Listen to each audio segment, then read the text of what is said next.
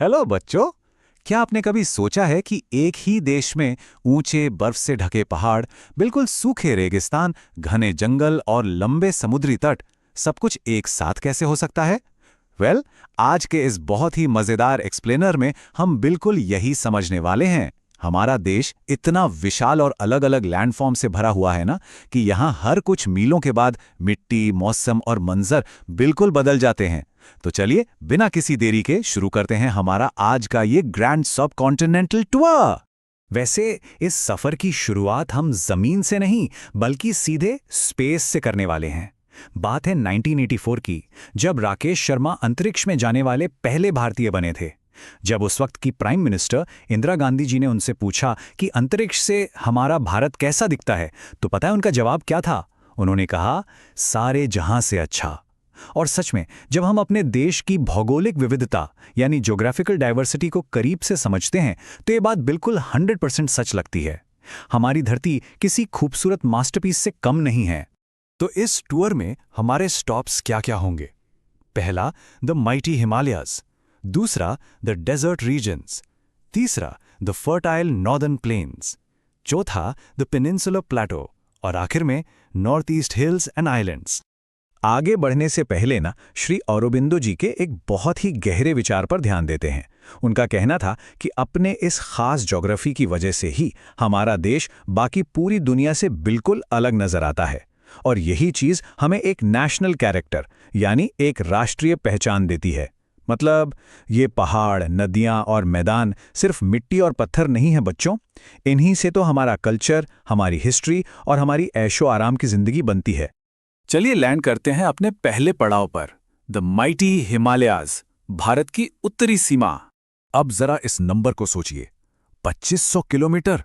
बाप रे, ये कोई आम नंबर नहीं है, ये हिमालयस की लंबाई है। भारत के बिल्कुल नॉर्थ में बर्फ से ढके ये पहाड़ एक विशाल और मजबूत दीवार की तरह खड़े हैं। ये पहाड़ी श्रृंखला इतनी बड़ी है कि इसकी कई चोटियां 8000 मीटर से भी ज्यादा ऊंची हैं। और सबसे खास बात बताऊं, इन पहाड़ों को वाटर टावर ऑफ एशिया भी कहा जाता है। क्यों? क्योंकि गर्मियों में जब इनकी बर्फ पिघलती है ना, तो वही पानी गंगा, इंडस और ब्रह्मपुत्रा जैसी महान नदियों का रूप ले लेता है और करोड़ों लोगों की प्यास बुझाता है।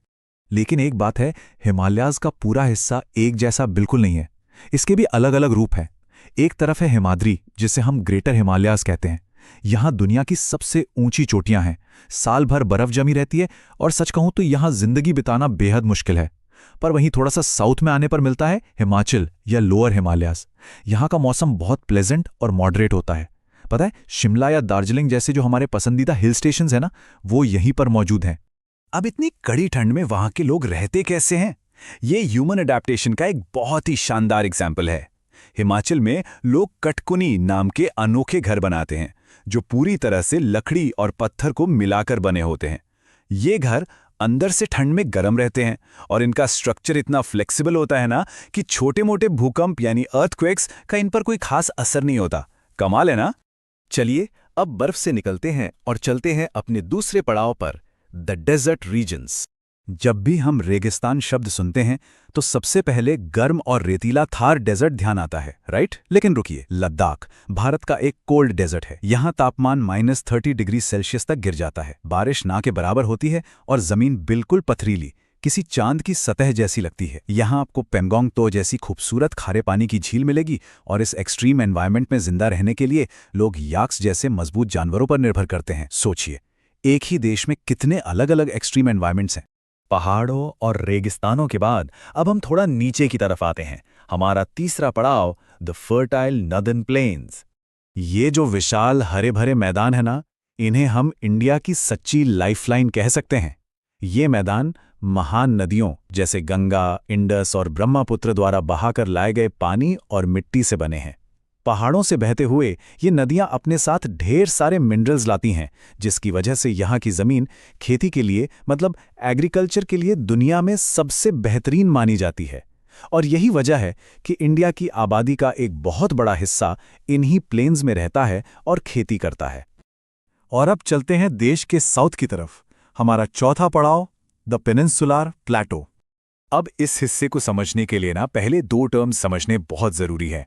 पहला वर्ड है पेनिनसुला, इसका मतलब है वो जमीन जो 3 तरफ से पानी से घिरी हो। हमारा साउथ इंडिया बिल्कुल ऐसा ही है। एक तरफ अरेबियन सी, दूसरी तरफ बे ऑफ बंगाल और नीचे इंडियन ओशन। दूसरा वर्ड है प्लेटो यानी पठार। ये एक ऐसी जमीन होती है जो आसपास की जमीन से ऊंची उठी हुई होती है, टॉप से बिल्कुल फ्लैट होती है और जिसके किनारे बहुत ही स्टीप या ढलान वाले होते हैं। इसलिए इस पूरे वी शेप हिस्से को पेनिनसुला प्लेटो कहा जाता है। अगर आपको इमेजिन करना है कि एक प्लेटो का स्टीप एज कैसा दिखता है, तो कर्नाटका के मशहूर जोग फॉल्स के बारे में सोचिए। वहां पानी एक बिल्कुल फ्लैट सतह से सीधे नीचे गहराई में गिरता है, बिल्कुल एक दीवार की तरह। और पता है, इस तेजी से गिरते पानी की ताकत का इस्तेमाल करके हम हाइड्रो इलेक्ट्रिसिटी यानी बिजली भी पैदा करते हैं। इस पूरे डेक्कन प्लाटो के दोनों तरफ ना पहाड़ों की चेन्स बनी हुई हैं, जिन्हें हम घाट्स कहते हैं। एक तरफ है वेस्टर्न घाट्स, ये काफी ऊंचे हैं, एक लगातार दीवार की तरह वेस्टर्न कोस्ट पर फैली हुई हैं। और यहाँ इतनी लाजवाब बायोडाइवर्सिटी है कि इसे यूनेस्को वर्ल्ड हेरिटेज साइट घोषित किया गया है। वहीं दूसरी तरफ अगर हम देखें तो आते हैं ईस्टर्न घाट्स। ये थोड़े कम ऊंचे हैं और एक कंटिन्यूस लाइन में नहीं हैं, बल्कि छोटे छोटे हिस्सों में टूटे हुए हैं। और इन्हीं दोनों घाट्स के बीच में आराम से बैठा है हमारा डेक्कन प्लेटो। और अब टाइम आ गया है इस एक्सप्लेनर के आखिरी पड़ाव का, north east hills and islands. देश के ईस्टर्न हिस्से की तरफ जाने पर मिलता है मेघालय प्लेटो। यहाँ गारो, खासी और जैंतिया नामक बहुत ही फेमस पहाड़ियां हैं। बच्चों, इस इलाके का ज्योग्राफी इतना यूनिक है कि यहाँ दुनिया में सबसे ज्यादा बारिश होती है, लिटरली सबसे ज्यादा।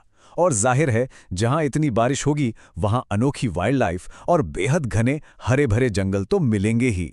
ये जगह नेचर का एक बिल्कुल ही अद्भुत रूप दिखाती है। यहाँ के लोगों का नेचर के साथ कितना गहरा कनेक्शन है, वो उनकी रोजमर्रा की जिंदगी में साफ नजर आता है। फिर चाहे वो कलरफुल ट्रेडिशनल डांसेस हों जो नेचर को सेलिब्रेट करते हैं, या फिर वहाँ के वो इनक्रेडिबल लिविंग रूट ब्रिजेस। यहाँ लोग पेड़ों की जड़ों को आपस में गूंथकर नदियां पार करने के लिए जिंदा पुल बना देते हैं। कोई सीमेंट नहीं, कोई लोहा नहीं। और अगर आइलैंड्स की बात करें तो कोस्ट पर सुंदरबंस जैसे डेल्टा आइलैंड्स हैं, जहां डेंस मैंग्रोव फॉरेस्ट्स के बीच रॉयल बंगाल टाइगर्स रहते हैं, बिल्कुल मैजिक की तरह।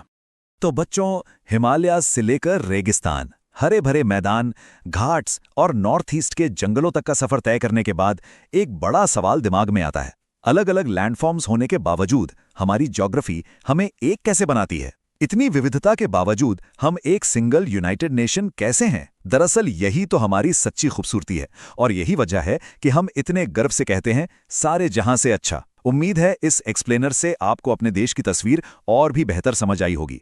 ऐसे ही सीखते रहिए और इस खूबसूरत ज्योग्राफी को दिमाग में एक्सप्लोर करते रहिए।